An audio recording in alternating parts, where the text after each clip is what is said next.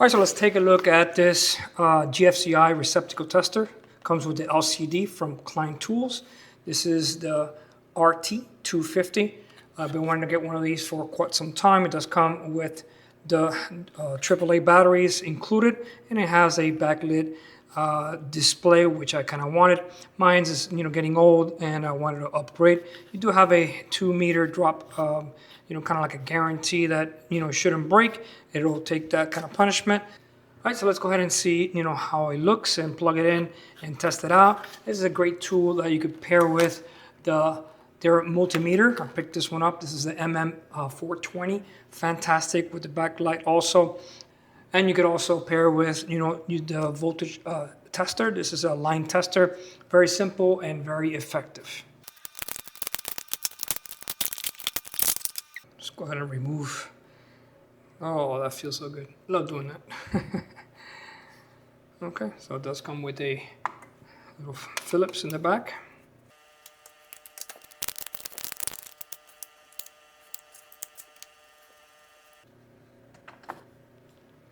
All right, so let's go ahead and turn it on.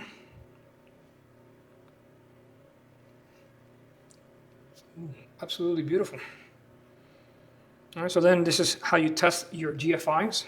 Okay, you press that and it'll test it. All right, let's go ahead and try out this GFI. Go ahead, hold it, turn it on. 120, correct, perfect.